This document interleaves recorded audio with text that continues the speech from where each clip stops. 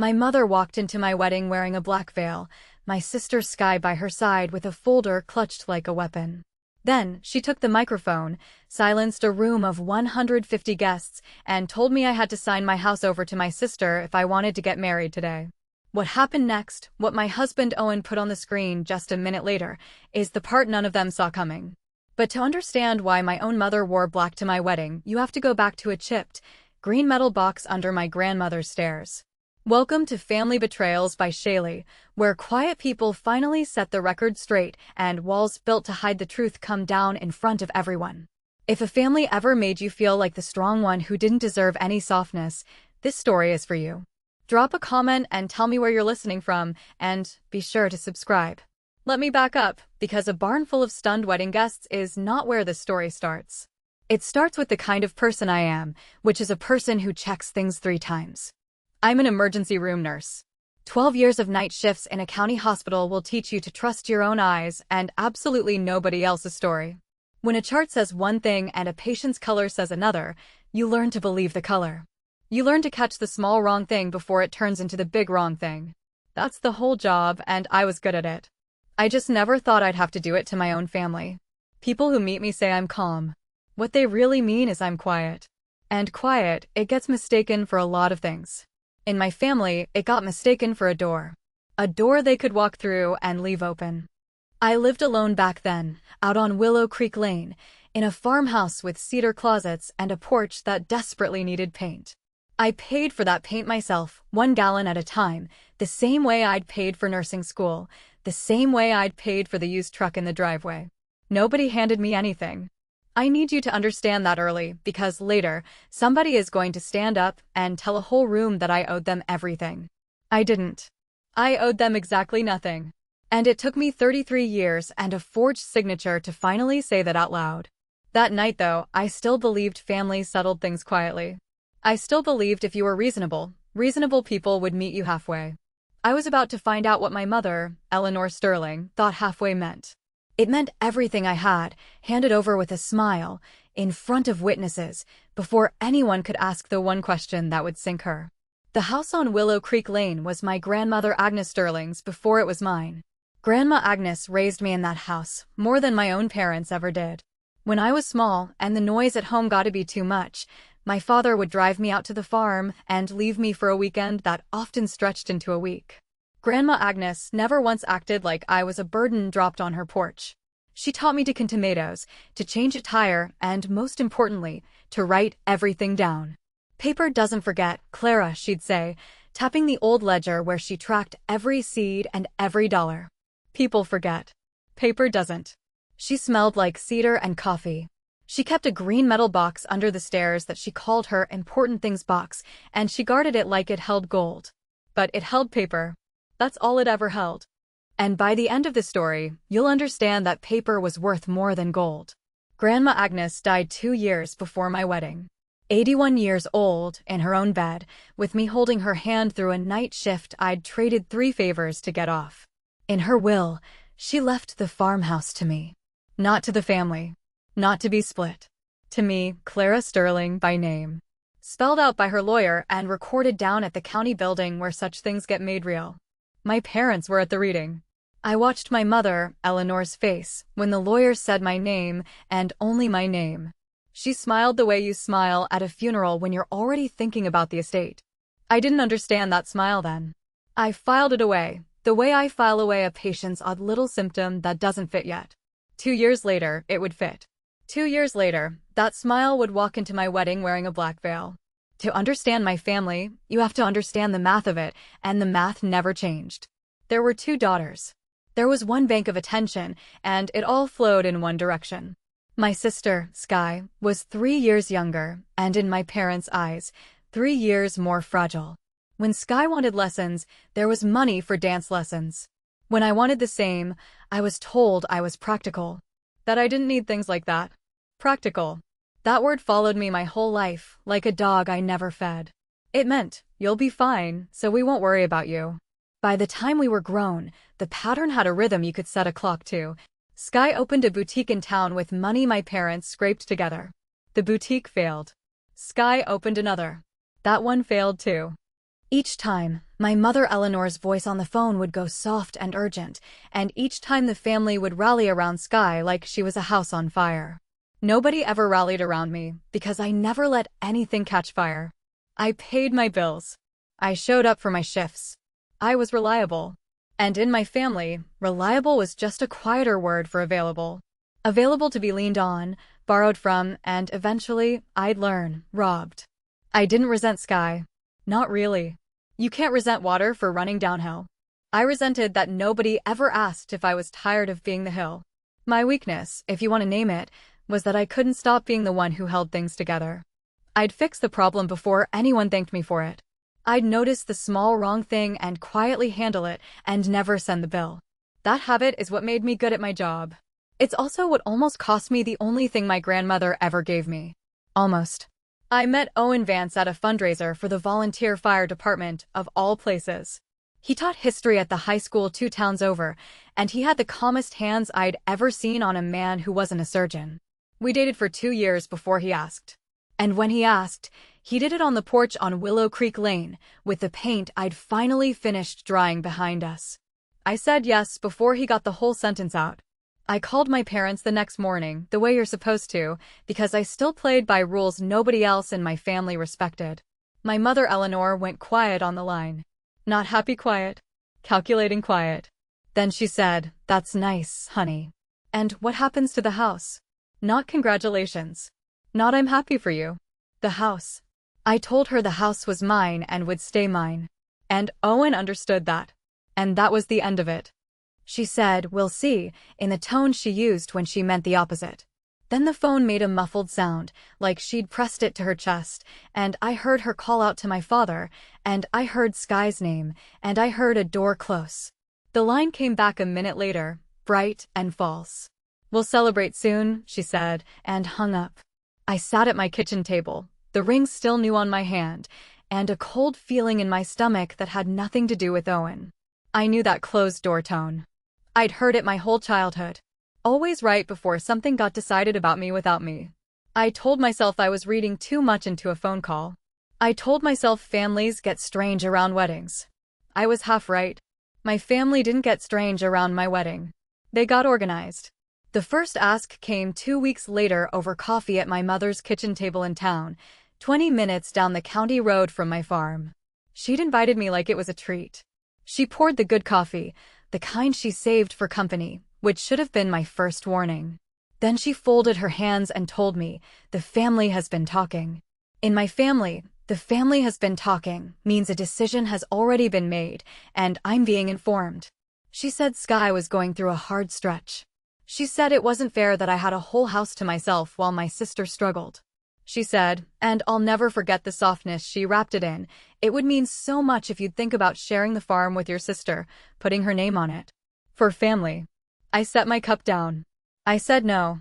I said it kindly, but I said it clearly, because 12 years of night shifts teaches you that a clear no now saves everyone a worse conversation later. My mother's face changed like weather. The warmth ran off it.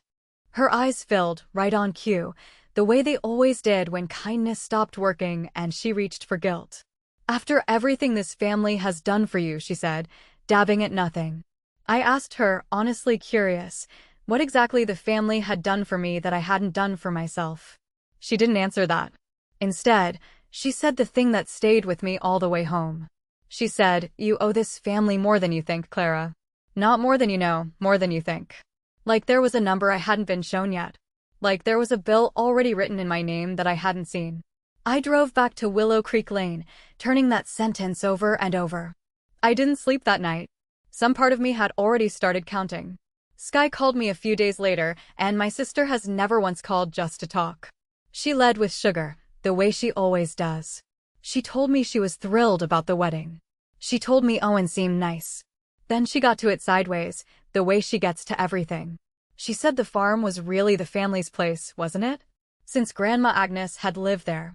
And wouldn't it be lovely if it stayed in the family properly? I told her it was in the family. It was mine, and I was family. She laughed her light little laugh, the one that means she's decided you're being difficult. "You know what I mean," she said. Then she said something that stuck a hook in me. She said, "Don't worry about it, Clara. It's all going to get sorted out soon. Sorted out? I asked her what that meant. She'd already moved on, chattering about her daughter, my niece Daisy, who was 6, and the one genuinely good thing to come out of my sister. Daisy had drawn me a picture of the farm, all crooked windows and a giant yellow sun. Sky put her on the phone, and Daisy told me the sun was so big, so you can find your way home, Aunt Clara. I nearly cried right there at the kitchen sink. Then Sky took the phone back, and the sugar was gone, and she said, "Brisk now anyway, talk soon." My sister always smiled widest right before she took something. I'd watched her do it our whole lives. At Christmas. At Grandma Agnes's funeral. At the reading of the will, where she'd cried prettily and asked the lawyer twice about the property. Sorted out soon. I hung up and stood in my kitchen and listened to my own house tick around me. And for the first time, it didn't feel entirely like mine. That feeling set me down a hallway of memory. I usually kept the door shut on. I was 9 years old. It was the night before Sky's dance recital, and the house was all activity for her and none for me, which was ordinary. So ordinary I'd stopped noticing. I'd come downstairs for water and stopped in the dark of the hall because my mother Eleanor was on the phone with my aunt. And my mother's voice had that low, honest tone she only used when she thought no one could hear. She was talking about me. She said I was a strange child, too serious, too much like Grandma Agnes. And then she said the thing. She said, "Sometimes I look at her and I swear she was never really one of us." I stood in that dark hallway and felt the sentence land somewhere deep and stay there. Never really one of us. I was 9. I didn't have words for what it did to me. I just went back upstairs without my water and lay in the dark and understood, in the wordless way children understand things, that I had been weighed and found separate. I never told anyone. I built my whole life around being useful enough that maybe someday I'd be counted in. I became the nurse, the reliable one, the one who never caught fire. And some starved little part of me kept waiting for my mother to look at me one day and take it back. She never did. Standing in my kitchen at 33, with my sister's voice still in my ear, I finally let myself know that she never would. I didn't cry over it that night. I'd done my crying at 9. What I felt instead was clarity, cold and clean, like the moment in a code when everything else falls away and you just do the next right thing. I started quietly to pay attention. Paying attention, for me, meant going back to doing what I do best, which is watching and documenting. The wedding gave me plenty to watch. Owen and I were paying for most of it ourselves. We'd booked the Evergreen Manor, out past the edge of town, a working event barn with string lights and a big pull-down screen the owners used for couple slideshows. It was modest, and it was ours. My parents made sure to have opinions. My mother Eleanor called to say it was a shame to waste money on a party when Sky was drowning. My father, who barely spoke to me directly anymore, sent word through my mother that the whole thing was a lot of fuss. Sky offered to help plan, and then used every planning conversation to circle back to the farm. "Wouldn't it be smart," she'd say, "to have the family's assets organized before I married a stranger?" Owen was not a stranger. Owen was the first person in my adult life who looked at what I carried and offered to carry half. He never once mentioned the house, except to say it was mine and he was glad I had it. That's how I knew. In my family, love came with an invoice. Owen's didn't. One evening, he found me at the kitchen table with Grandma Agnes's old ledger open, tracing her handwriting with one finger, and he didn't ask what was wrong. He just made tea and sat with me until I was ready. "Your family is circling something," he said finally. "I don't know what, but you should trust the part of you that already knows." I did know. I just didn't have the shape of it yet. 2 days later, the shape arrived. It came in the mailbox at the end of my long gravel drive, in a stiff envelope with a certified mail stamp and a return address I didn't recognize. I stood at the mailbox in the cold and turned it over and didn't open it. Some part of me knew that once I did, there'd be no one knowing it.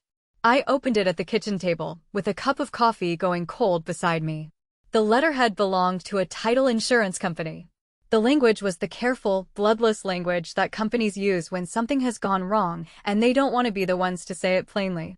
As part of a routine records review, they wrote they had identified a recently recorded document affecting the property at my address on Willow Creek Lane. They were writing to confirm whether the transaction was authorized by all parties of record. There was a reference number. There was a phone number. There was no explanation of what the document actually was. I read it 3 times. the way I read a chart that doesn't add up. A recently recorded document affecting my property. I had not signed anything. I had not authorized anything. I had not sold, refinanced, gifted, or altered 1 square inch of that farm. My grandmother's voice came to me across the years, tapping her ledger. Paper doesn't forget. Someone had put paper into the world with my house's name on it, and I hadn't held the pen. My first instinct was not panic. Panic is a luxury you learn to skip in an emergency room. My first instinct was to find out exactly what I was looking at before I decided how scared to be. I set the letter down flat, smoothed it with my hand, and did the thing my grandmother taught me. I got a fresh page and I wrote down the date, the reference number, the company's name, and one sentence. I did not authorize any document on this property. Then I picked up the phone. It was after 5. Their office was closed. I sat in my quiet kitchen with a letter that said someone had reached into the one thing that was truly mine, and I had a whole night to wait before I could find out who. That was the longest night I'd had since Grandma Agnes died. I was on the phone the second the title company opened. The woman who took my call was kind and careful and could tell me almost nothing that helped. There was a document in the chain of title, recently recorded at the county. She couldn't interpret it for me. She could only confirm it existed and that it had triggered their review. She told me the fastest way to see it with my own eyes was to go to the source, the county recorder's office in the county seat, 40 minutes east of Willow Creek Lane. Public records. Anyone could request a certified copy. That word, public, did something to me. Whatever had been done to my house had been done out in the open, filed in a government building where it would sit as fact until someone challenged it. I called the recorder's office next. A patient clerk explained that yes, I could request certified copies of any recorded instrument on my parcel, but certified copies took a few business days to prepare and had to be either picked up or mailed. A few business days. In an ER, a few business days is the difference between a problem you catch and a problem that catches you. I asked if I could see anything sooner. She said I could come in and view the record on their public terminal, but the office closed at 4, and I had 3 night shifts back-to-back that week. I did the math and hated it. The soonest I could physically stand in that office was 5 days out. I asked her to start preparing certified copies anyway. I gave her my name, my parcel number off the tax bill, and my grandmother Agnes's name for the older records. Then I hung up and stood in my kitchen with the machinery of the thing grinding slowly forward, 5 days from an answer. And I understood that whoever had done this had counted on exactly that, on the slowness, on me being reliable and busy and easy to outrun. That Sunday, my mother Eleanor summoned me to dinner in town, and I went because I wanted to watch their faces more than I wanted to stay home safe. The house I grew up in still smelled the same, pot roast and lemon polish, a smell that used to mean family and now just meant careful. My father sat at the head of the table and barely said a word to me the whole night. My mother orbited the kitchen, bright and busy, working the room like a woman selling something. Skye was there with Daisy, who climbed into my lap between courses and told me about a caterpillar she'd named Arthur, after my father, which made even him almost smile. Then the plates were cleared, and the real reason for the invitation walked out from behind the small talk. My mother sat down across from me and said the family had been thinking about the future, about making sure things were secure, and wasn't it time we all sat down with a lawyer and got the farm handled properly? I kept my voice level and my hands still. I said the farm was handled. Grandma Agnes's had handled it 2 years ago. My mother's smile tightened. Skye, who'd been quiet, leaned in and said too casually, "So, you haven't signed anything yet?" The table went still for exactly 1 breath. My mother shot her a look. Skye caught herself and laughed and said she just meant, with the wedding and everything. There's so much paperwork. But I'd heard it. Signed anything yet, as if signing were expected, as if a document were already out there in the world, waiting for my name to make it complete. I filed that away with the will-reading smile, and the certified letter, and the 5-day wait, and I felt the pieces begin slowly to line up into a shape. I smiled back at my sister and said I hadn't signed a thing, which was true, and which, I could see at land, was not what she'd hoped to hear. 5 days later, on a gray Tuesday morning, after a brutal night shift, I drove the 40 minutes east to the county recorder's office, instead of going home to sleep. The clerk remembered my call. She slid a manila folder across the counter, and I opened it right there under the fluorescent lights, still in my scrubs, running on coffee and dread. On top was the certified copy of my grandmother's deed, the one from the will, clean and correct. The farmhouse on Willow Creek Lane, recorded to me alone. Seeing it in official black and white steadied me for exactly as long as it took to turn the page. Underneath it was a second document. A quitclaim deed, recently recorded. And on it, transferring an interest in my property, was a signature. My signature. Clara Sterling, in a looping hand that leaned the way mine leans, close enough to fool a stranger, wrong enough to stop my breath. I had never seen this document before in my life. I had never signed it. Below my forged name, added as a new owner of the farm my grandmother left to me alone, was a name I knew as well as my own, Sky Sterling. My sister had put her name on my house and forged mine to do it. I stood at that counter for a long moment, and I did not make a sound. The clerk asked if I was all right. I said I needed certified copies of both documents, and I needed to know the exact date this second one was recorded, and I needed the name of the notary who'd stamped it. She looked at me a little differently then, the way people do when they realize they're standing at the edge of somebody else's disaster. She started making my copies. I looked down at the forgery of my own name and felt something in me go very quiet and very clear. Not rage. Rage is loud and stupid. This was the other thing. This was the feeling right before you start doing the work. I did not drive to my mother's house and scream.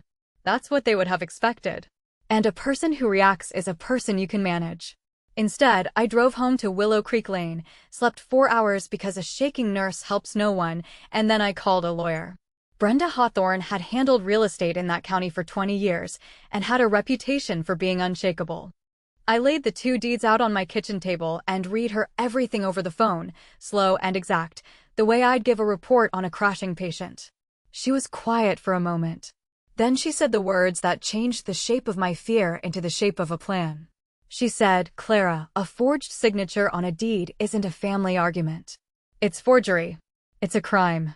She explained it in the plain terms I needed.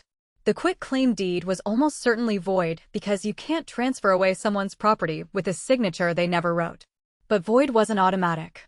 A forged document, once recorded, sits on the public record looking exactly like a real one until a court is asked to strike it. To clear my title cleanly, we'd need to file. We'd need to prove the forgery, and we'd need the county's records to back the story. She told me to gather everything and touch nothing electronic of theirs, to keep my hands completely clean. She said, "Do not confront them. People who forge documents get desperate when they're cornered, and desperate people do bigger, dumber things." She had no idea how right she was. While she was still talking, my phone started buzzing against the table with my mother Eleanor's name on the screen. Once, twice, 3 times in a row. I looked at it and I let it ring. For the first time in my life, I let my mother's call go, and I felt the ground shift under me because I finally understood I was the one holding the pen. Now Brenda told me to gather everything. And there was one thing I hadn't touched since the funeral. Grandma Agnes's green metal box.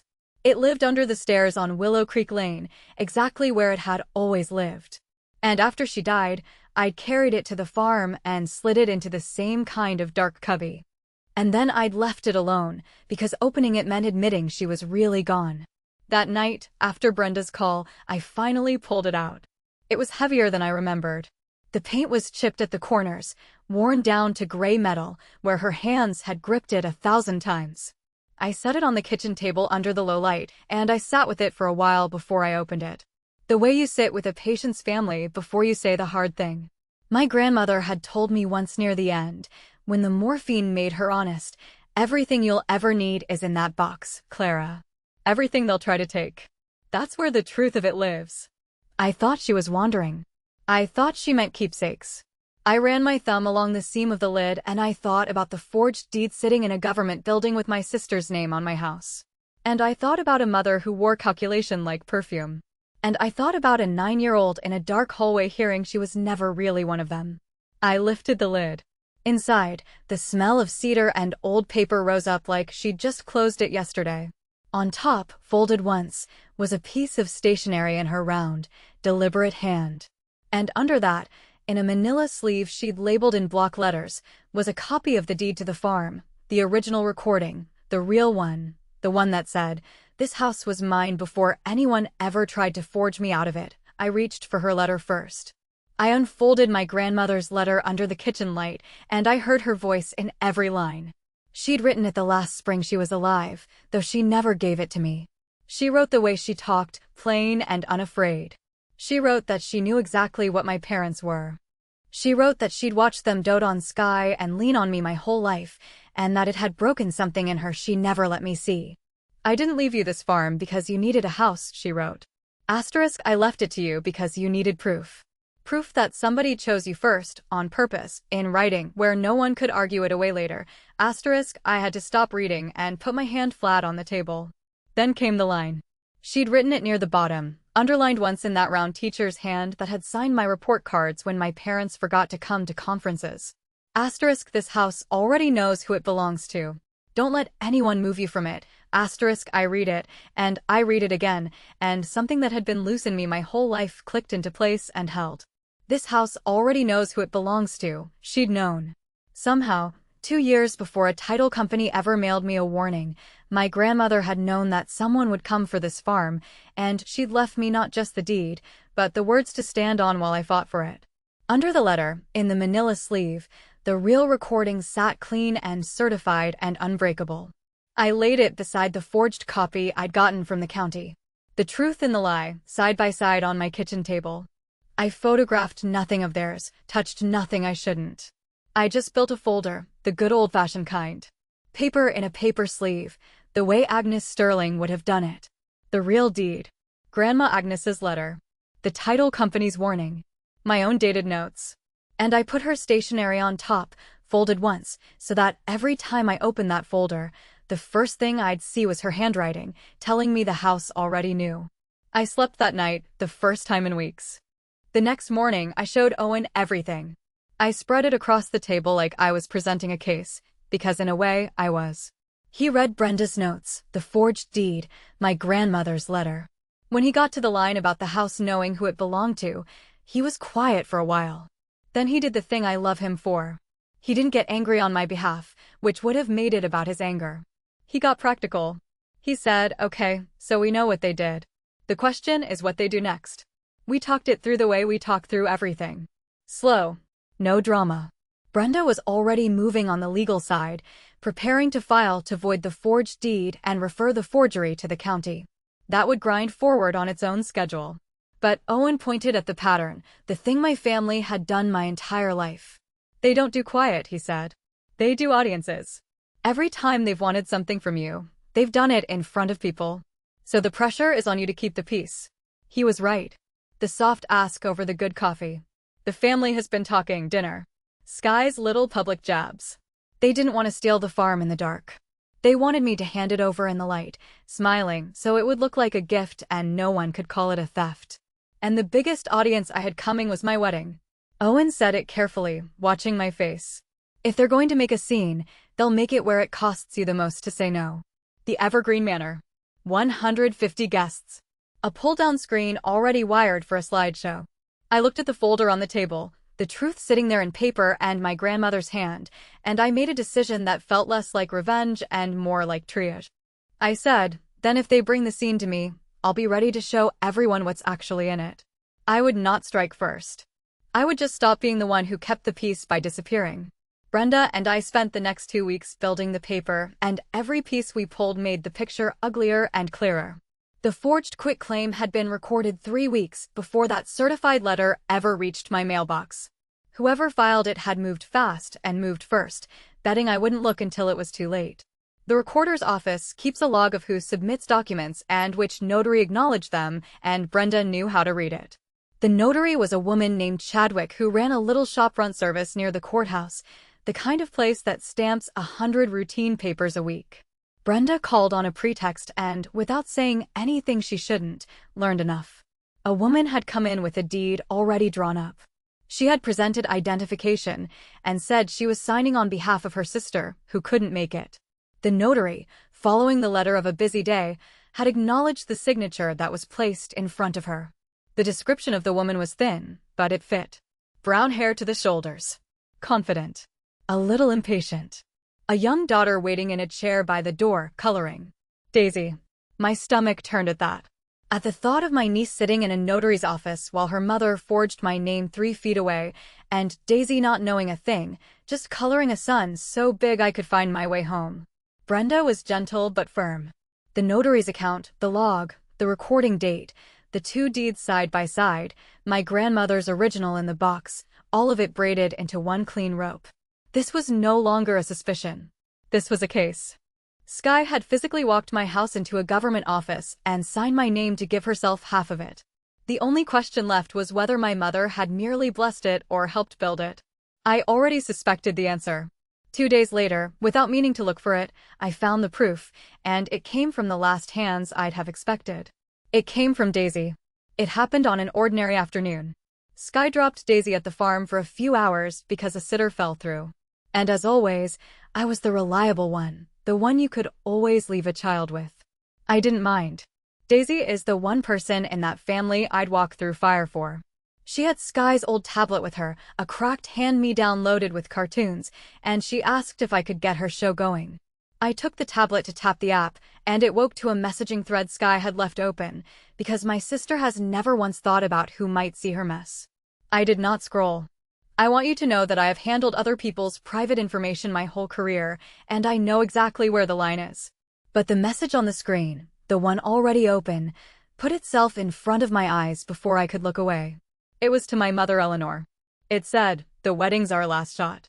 Once she signs in front of everyone, she can't back out. Mom, you have to sell it before the bank comes."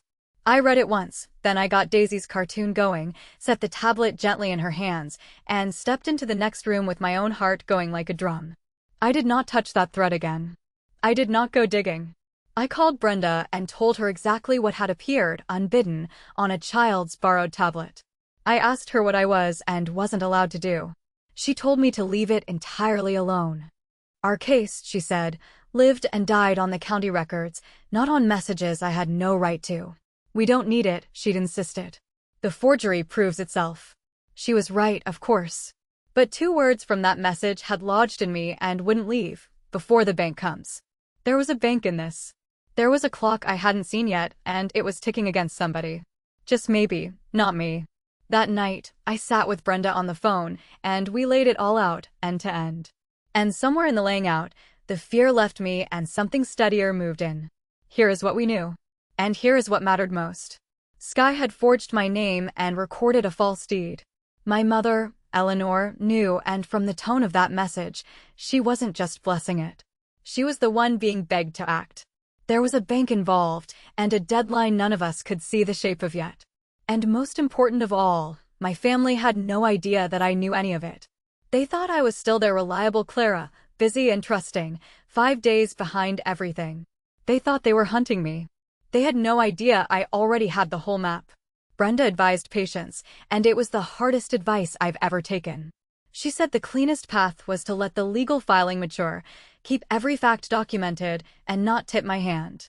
If I confronted them now, they'd scatter, lawyer up, maybe file something worse, and turn a clean forgery case into a muddy family war. But if I stayed quiet, if I let them believe their plan was still on rails, they would walk straight into whatever room they'd chosen and expose themselves in front of the exact witnesses I'd need. Let them think it's working, Brenda had said. Right up until it doesn't. So, that's what I did. From that night on, I smiled at my mother's calls. I answered Skye's little jabs with a mild nothing. I let them keep believing I was soft and busy and easy to run down. It was the strangest kind of power I'd ever held, and the quietest. I knew how the story ended.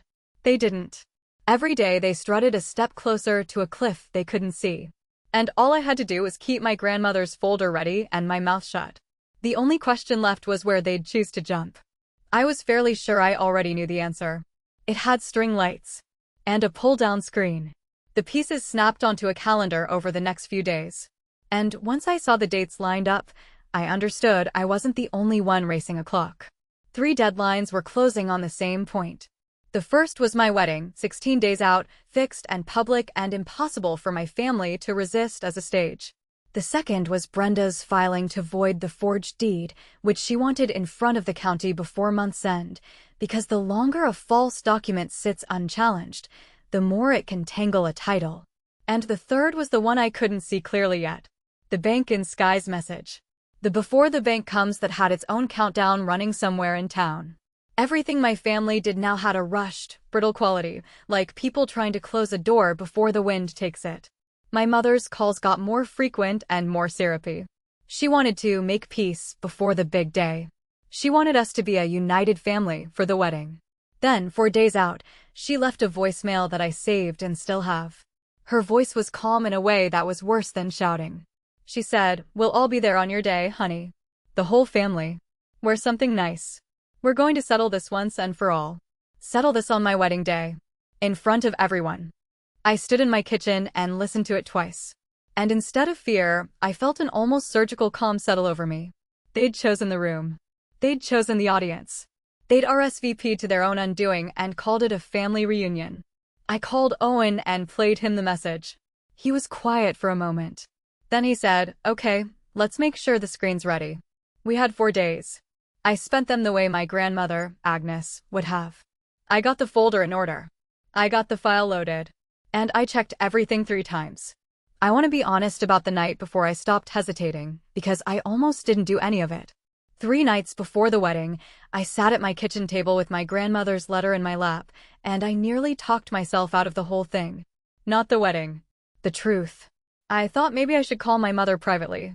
Maybe I should show her the folder alone in her kitchen and give her the chance to call the whole thing off before it ever reached the Evergreen Manor. Keep it a family matter. Spare Daisy a scene. Spare all of us. I sat there a long time with that soft, familiar pull. The one that had run my whole life.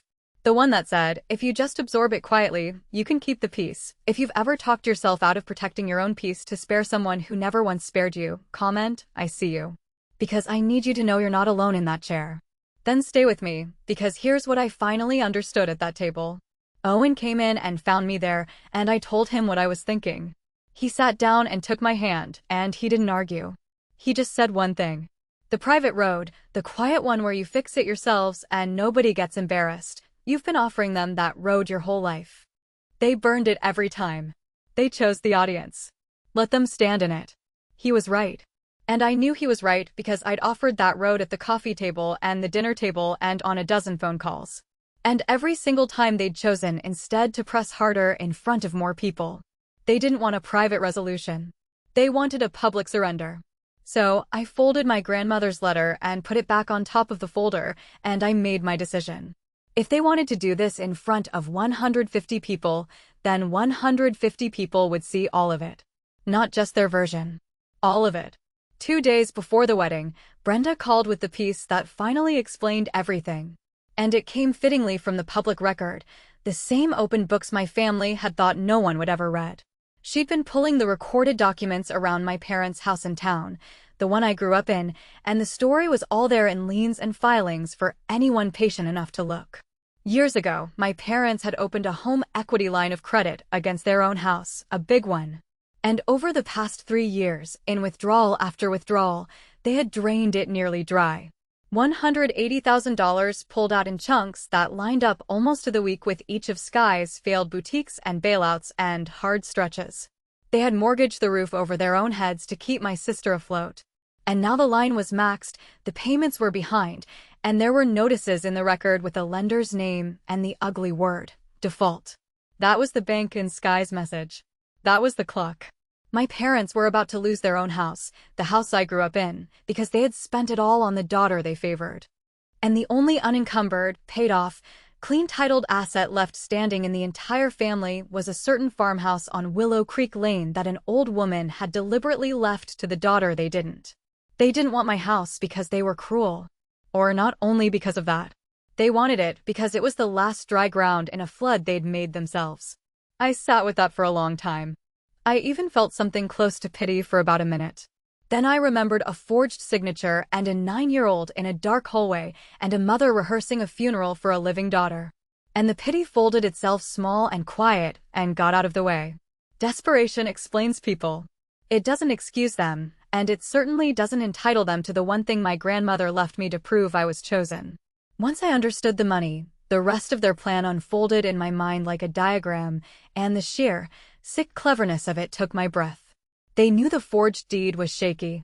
A forged signature can be challenged, and if I ever looked closely, the whole thing would collapse, and Sky could face real trouble. What they needed was for me to sign a real one. A genuine transfer in my own true hand, freely given, that no court could ever unwind. And the fastest way to get a reluctant, reliable, peacekeeping woman to sign away her home is to corner her in public, wrap the ask in grief and shame, and make refusing feel like a cruelty performed in front of everyone she knows. That was the black clothing. That was the funeral costume. My mother wasn't mourning a death.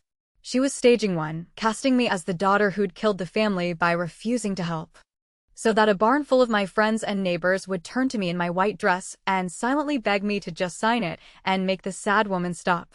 It was emotional theater engineered to override my judgment with humiliation. And 2 years ago, maybe even 2 months ago, it might have worked.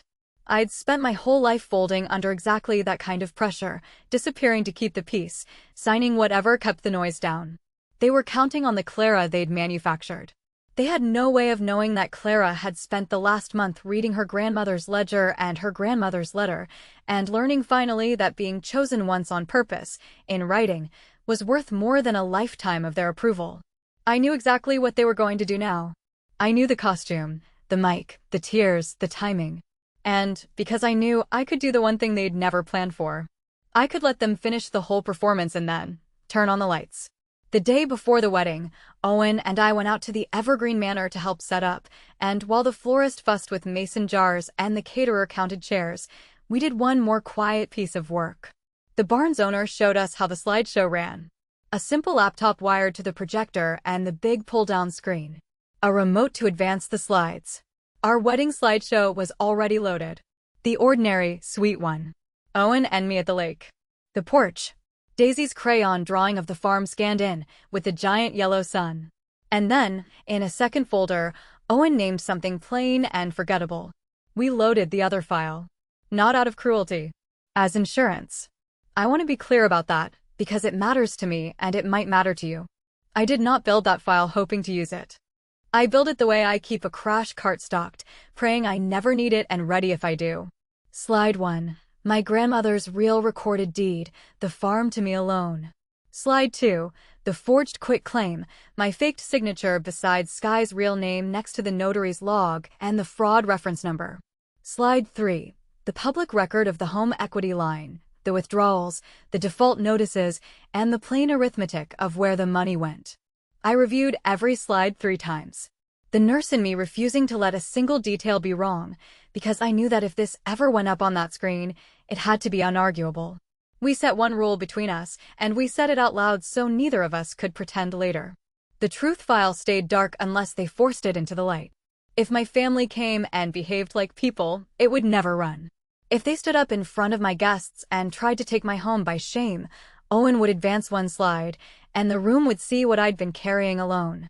We locked the barn, drove back to Willow Creek Lane, and tried to sleep. My father called me late that night, and it was the strangest call of my life. He almost never phoned me directly. My mother, Eleanor, had been the switchboard of our family for 30 years. But there he was, my father, his voice low and rough, calling the night before my wedding. For a moment, I let myself hope. He said my name, just Clara. And then he was quiet for a long time. When he finally spoke, he said, "You don't have to come tomorrow if you don't want to." It took me a second to understand he meant I didn't have to attend my own wedding. That he was, in his clumsy way, trying to warn me off, to tell me to stay away from what my mother had planned. It was the closest thing to protection my father had ever offered me. And for one aching moment, I saw the man underneath, the one who used to drive me to the farm when the house got loud, the one who'd let me sit in the truck bed and count stars. I almost reached for him. Then I asked him gently, "Dad, do you know what Mom's planning?" The line went quiet again. And then the moment passed, the way it always passed with him. And he said the thing that told me exactly where he stood. "Just listen to your mother, Clara. She knows what's best for this family." He knew. He knew all of it. The forgery, the funeral costume, the plan to shame me in front of everyone. And his idea of protecting me was to tell me to stay home so I wouldn't be there to say no. He wasn't a bystander being dragged along. He was a man who'd chosen again the easy loyalty over the hard right thing and dressed his cowardice up as fatherly advice. "I'll be there, Dad," I said. I wouldn't miss it. And I hung up before he could hear that I meant it as a promise, not a comfort. The morning of the wedding, getting ready in a little side room at the barn, I thought about who exactly was going to be sitting in those chairs, and I realized my family had made one enormous miscalculation. They'd chosen my wedding as their stage because they thought the audience would pressure me. They never stopped to think about who the audience actually was. These weren't strangers who'd side with a crying mother. My guest list was a decade of my real life. Half the night shift from the ER was out there, nurses and one ER doctor who'd watched me stay calm through things that would break most people. My neighbors from Willow Creek Lane were there, the ones who knew that farm was mine because they'd watched me paint the porch and plow the drive. My maid of honor was there and her husband, who happened to be a sheriff's deputy in that very county, a man who knew exactly what a forged deed meant. And in a twist my mother, Eleanor, would come to regret with her whole soul. My parents' own pastor was there, invited by them. A soft-spoken man who'd baptized Sky and buried my grandmother, Agnes, and believed sincerely that this was a day of joy. My mother had built her scene for a jury of sympathetic strangers. Instead, she was about to perform it for a room full of people who knew me, respected me, and in at least one case, carried a badge. I stood in that little room in my grandmother's borrowed pearls, and I looked at myself in the mirror, and I felt her folder tucked safe in Owen's jacket like a second heartbeat. Then the coordinator knocked and put her head in apologetically, and said there had been 2 late additions to the seating, Eleanor and Arthur Sterling. My parents had RSVP'd no. They were here. I swallowed hard and I nodded and I said, "Seat them wherever they like. They'll move anyway." She didn't understand that. In a couple of hours, everyone would. There's a stillness that comes over me before something big. And I felt it settle in that side room as the minutes ticked down. It's the same stillness I feel when a patient is crashing and the whole world narrows to the next right move. I